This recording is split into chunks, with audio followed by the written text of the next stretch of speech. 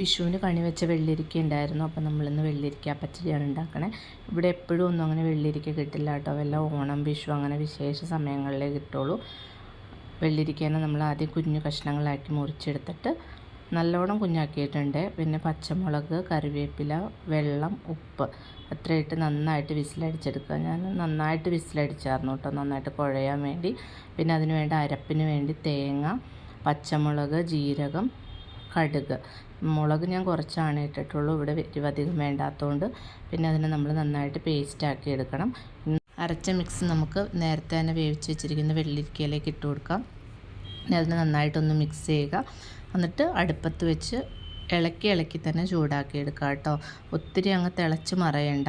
അങ്ങനെ ഇളക്കി ഞാൻ നന്നായിട്ട് ചൂടാക്കി എടുത്തു. ഇനി നമുക്ക് അത്യാവശ്യം പുളിയുള്ള തൈര് വേണേ, നല്ല കട്ട തൈരായിരിക്കണം.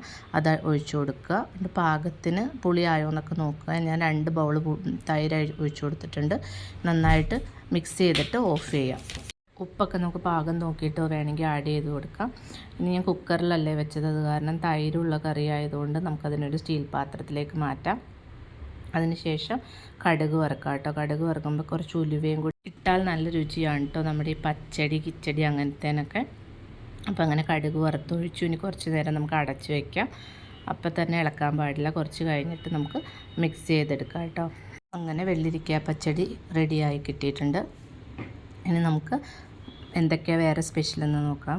അച്ചിങ്ങയും കായും ചേനയും കൂടി മെഴുക്ക് വരട്ടിയാക്കിയതാണ് കേട്ടോ. എല്ലാം വിഷുവിൻ്റെ സദ്യക്ക് മേടിച്ച കറികളുടെ കഷ്ണങ്ങളൊക്കെ കുറച്ച് ബാക്കി ഉണ്ടായിരുന്നു. അപ്പോൾ ഞാനത് 3 കൂടി മെഴുക്ക് വരട്ടിയാക്കി. അപ്പോൾ അത്രയേ ഉള്ളൂ. ബായ്.